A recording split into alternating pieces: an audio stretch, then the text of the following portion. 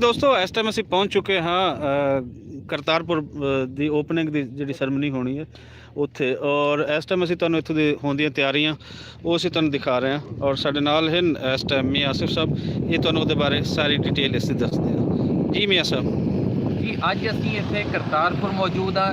ਪੰਜਾਬ ਦੀ ਤਾਰੀਖ ਦੇ ਵਿੱਚ ਇੱਕ ਸੁਨਹਿਰਾ ਦਿਨ ਆ, 70 ਸਾਲਾ ਤਾਰੀਖ ਦੇ ਵਿੱਚ ਇੱਕ ਵੱਡਾ ਦਿਨ ਆ ਕਿ ਦੋਵਾਂ ਪੰਜਾਬਾਂ ਦੇ ਆਵਾਮ ਨੂੰ ਕਰੀਬ ਆਉਣ ਦਾ ਮੌਕਾ ਮਿਲ ਰਿਹਾ।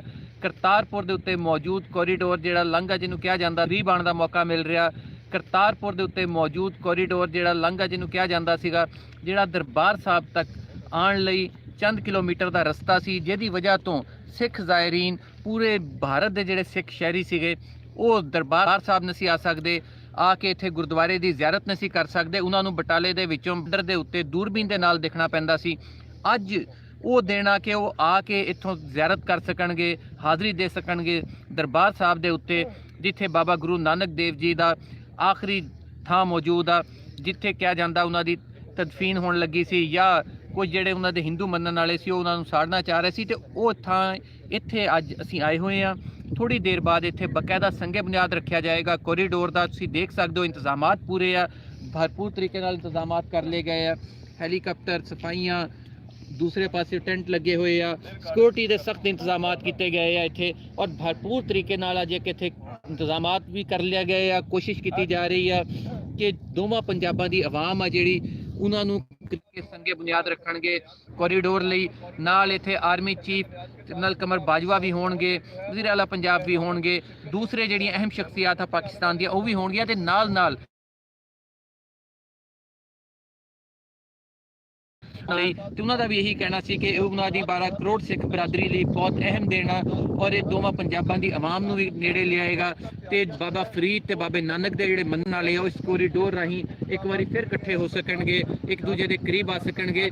ਤੇ ਅੱਜ ਦਾ ਦਿਨ ਤਾਰੀਖ ਵਿੱਚ ਹਮੇਸ਼ਾ ਯਾਦ ਰੱਖਿਆ ਜਾਏਗਾ, ਕਿਉਂਕਿ ਪਾਕਿਸਤਾਨ ਤੇ ਭਾਰਤ ਦੇ ਵਿੱਚ ਬਾਰਡਰ ਤੇ ਬਣੇ ਹੋਏ ਆ, ਰਸਤੇ ਰੁਕੇ ਤੇ ਹੋਏ ਆ, ਪਰ ਇਹ ਪਹਿਲਾ ਮੌਕਾ ਐਸਾ ਕਿ ਕੋਈ ਥਾਂ ਦੇਖਣ ਲਈ ਬਕਾਇਦਾ ਕੋਰੀਡੋਰ ਤਿਆਰ ਕੀਤਾ ਜਾ ਰਿਹਾ।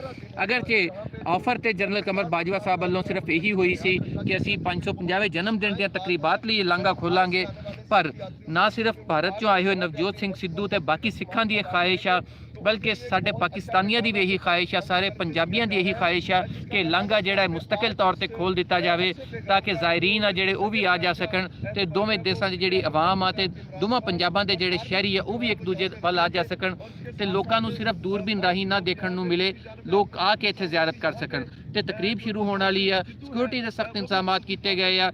ਅਗਰਚੇ ਇੰਡੀਆ ਵੱਲੋਂ ਕੈਪਟਨ ਅਮਰਿੰਦਰ ਸਿੰਘ ਨੇ ਜਿਹੜੀ ਗੱਲ ਕੀਤੀ ਸੀਗੀ ਉਹਦੀ ਵਜ੍ਹਾ ਤੋਂ ਸਿੱਖ ਜਿਹੜੇ ਆ ਉਹ ਵੀ ਨਾਰਾਜ਼ ਆ ਕਿ ਐਸੀ ਗੱਲ ਨਹੀਂ ਕਰਨੀ ਚਾਹੀਦੀ, ਇਹ ਪਿਆਰ ਦਾ ਮੌਕਾ ਸੀ, ਅਮਨ ਵਧਾਉਣ ਦਾ ਮੌਕਾ ਸੀ, ਮੁਹੱਬਤਾਂ ਵਧਾਉਣ ਦਾ ਮੌਕਾ ਸੀ। ਐਸੇ ਮੌਕੇ ਤੇ ਐਸੀ ਕੋਈ ਗੱਲ ਨਹੀਂ ਕਰਨੀ ਚਾਹੀਦੀ ਕਿਸੇ ਨੂੰ ਕਿ ਜਿਹਦੀ ਵਜ੍ਹਾ ਤੋਂ ਮਸਾਇਲ ਵਧਣ। ਸਾਨੂੰ ਦਰਸ ਦੇਣਾ ਚਾਹੀਦਾ, ਕੋਸ਼ਿਸ਼ ਇਹੀ ਕਰਨੀ ਚਾਹੀਦੀ ਕਿ ਅਗਰ ਕੋਈ ਐਸੇ ਮਾਮਲਾਤ ਆ ਤੇ ਉਹਨਾਂ ਨੂੰ ਵੀ ਦੂਰ ਕੀਤਾ ਜਾਵੇ, ਔਰ ਜਿੰਨਾ ਹੋ ਸਕੇ ਦੋਵਾਂ ਇਲਾਕਿਆਂ ਦੀ ਜਿਹੜੀ ਆਵਾਮ ਆ, ਕਿਉਂਕਿ ਬਾਬਾ ਗੁਰੂ ਨਾਨਕ ਜਿਹੜਾ ਸਾਰਿਆਂ ਦਾ ਸਾਂਝਾ, ਸਿਰਫ ਸਿੱਖਾਂ ਦਾ ਨਹੀਂ, ਸਿਰਫ ਮੁਸਲਮਾਨਾਂ ਦਾ ਨਹੀਂ, ਹਿੰਦੂਆਂ ਦਾ ਨਹੀਂ, ਕ੍ਰਿਸਚੀਅਨ ਦਾ ਨਹੀਂ, ਦੇ ਨਾਲ ਤੁਸੀਂ ਜਿਹੜਾ ਪਿਆਰ ਮੁਹੱਬਤ ਕਰੋ।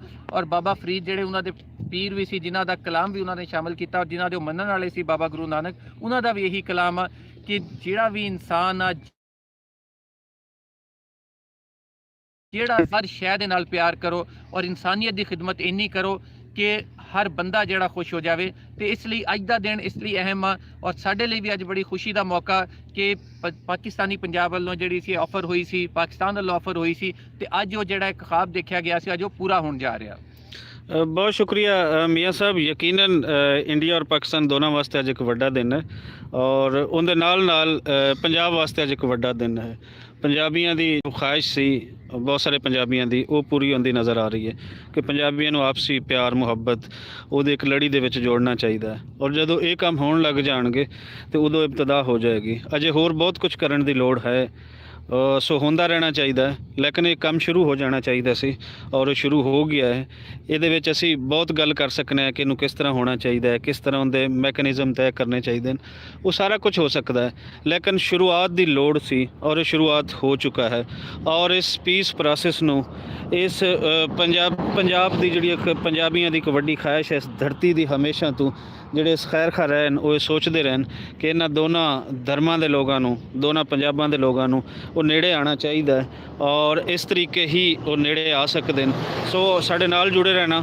ਅਸੀਂ ਸਾਡੇ ਤੋਂ ਇਸ ਟਾਈਮ ਕਿ ਅੱਗੇ ਬਿਲਕੁਲ ਅਸੀਂ ਸਿਕਿਉਰਿਟੀ ਪੁਆਇੰਟ ਜਿਹੜਾ ਉਹਦੇ ਤੇ ਅਸੀਂ ਆ ਚੁੱਕੇ ਹਾਂ ਔਰ ਅੱਗੇ ਅਸੀਂ ਜਾ ਰਹੇ ਹਾਂ ਕਰਦੇ ਨਾਲ ਸ਼ੇਅਰ ਕਰਦੇ ਰਹਾਂਗੇ। ਜਿਉਂਦੇ ਵਸਦੇ ਰਹੋ। ਅੱਲਾ ਵੇਲੀ ਜੀ।